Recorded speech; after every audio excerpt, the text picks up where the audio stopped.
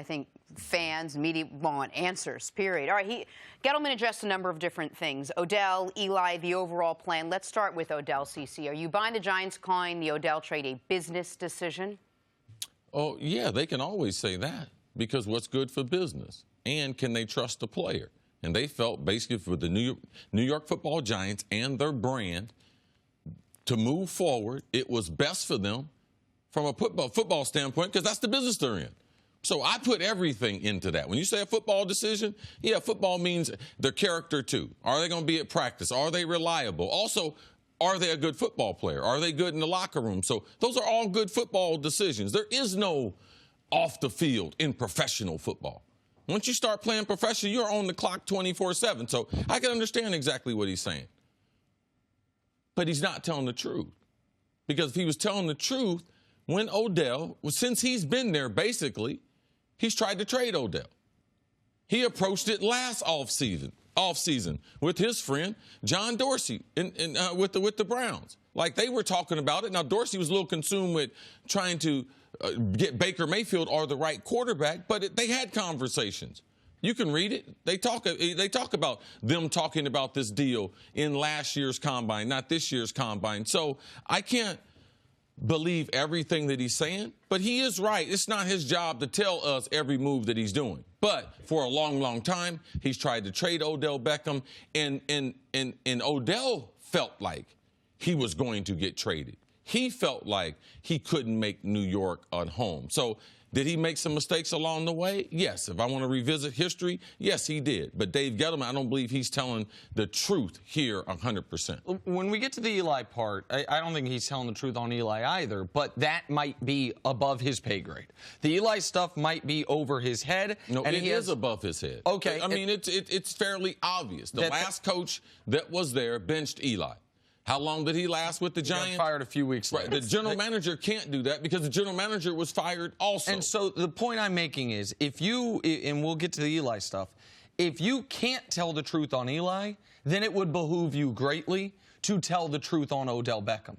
And the idea that Odell getting rid of, you got an offer you can't refuse, you got a Godfather offer, so you got the 17th pick. The Browns had 2 third-round picks. They gave you the worst of the 2 and a first-round safety they had given up on, saying, we looked at this like 2 first-round picks because once upon a time, Jabril Peppers was a first-round pick.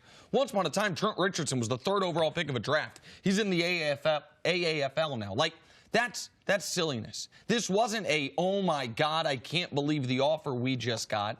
This wasn't someone coming, the RG3 in the trade, in the draft offer where it's 3 firsts, 2 seconds, a third. It's like, we have no choice. That's just nonsense. And the idea that the New York Giants will be better on the field without Odell Beckham, all evidence points to the opposite. In games he's played, they've won 50% more than games he hasn't. Eli's been a better quarterback with him on the field. They've scored more points with him on the field. We know that they're better as a football team with Odell Beckham, and we know they didn't get what the Steelers got for Antonio Brown, 30 cents on the dollar, but they certainly didn't get 100 cents on the dollar for Odell Beckham Jr. We know that. And you have to assume that if the Eli situation was above Gettleman's head, maybe the Odell one was, well, maybe that was a Mara decision as well. But let's get to the Eli. What did you make of what Gettleman said about Eli and how the fact that they don't think he's worth it as a 38-year-old quarterback is a crock? Well, the thing about it, when he talks about the money part, and you say you look around the NFL, Eli Manning, you're paying that number. Nick has that exact number, what, $23 million? He's the 7th highest cap hit amongst all quarterbacks, $23.2 million. So you can look at it cap or you can look at it at real dollars. They don't look at it as if they're spending too much on the quarterback because of their overall respect for him. That would have to be what it is because he hadn't been a Pro Bowl level quarterback for at least 5 years, probably longer than that. So I can understand when an organization, because this is not about how good is he right now.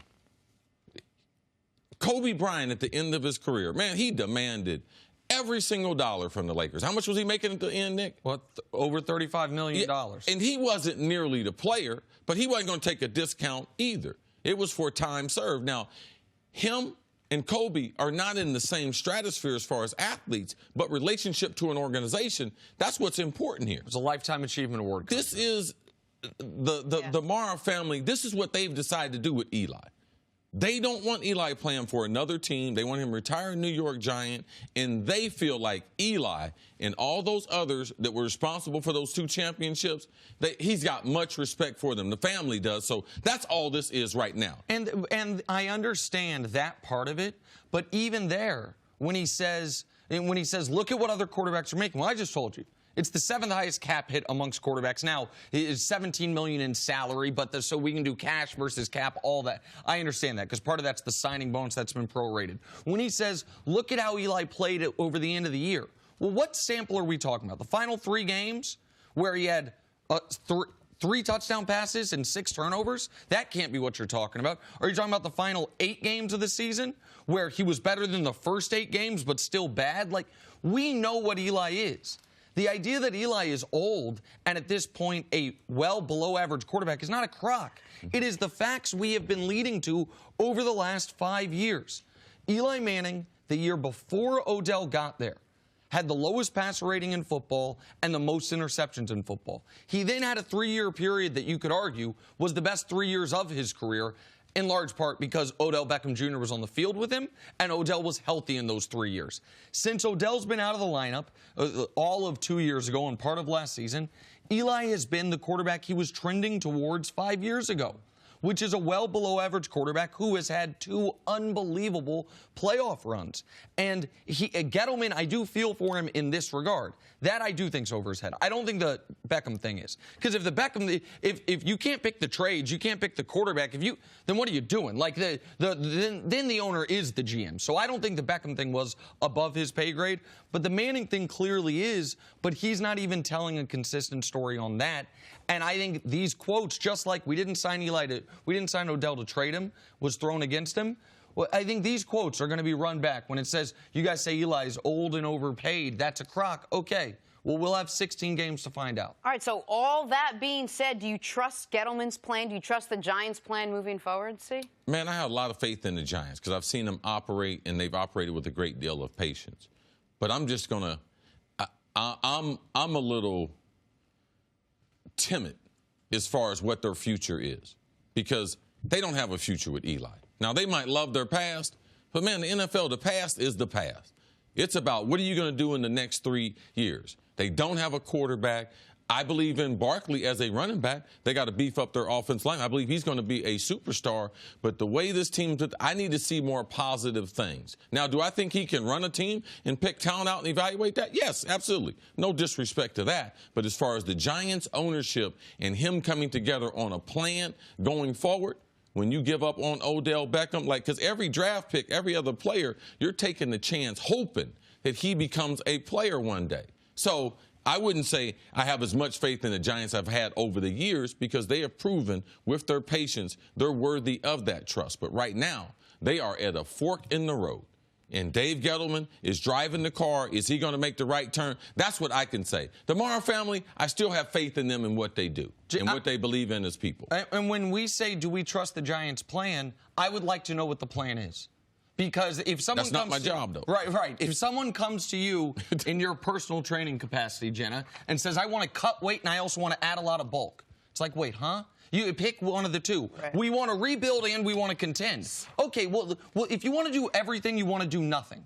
And so that there are teams in the league that we know specifically. We think we're taking a step back this year to take a step forward. We think we're in win right now mode. We're trying to take the next step to make the playoffs. The Giants are trying to have it both ways. Right. We're rebuilding and we want to contend and we want to hold on to the past and we want to look to the future. That is not a plan. Except that Gettleman would not use the word rebuild. He said we're not rebuilding, we're actually building. No one wants to hear that word. Correct. Thanks for watching. Subscribe here to get the latest from the show. Also, be sure to check out more of the best clips from First Things First, or go watch a few segments from our other shows on FS1.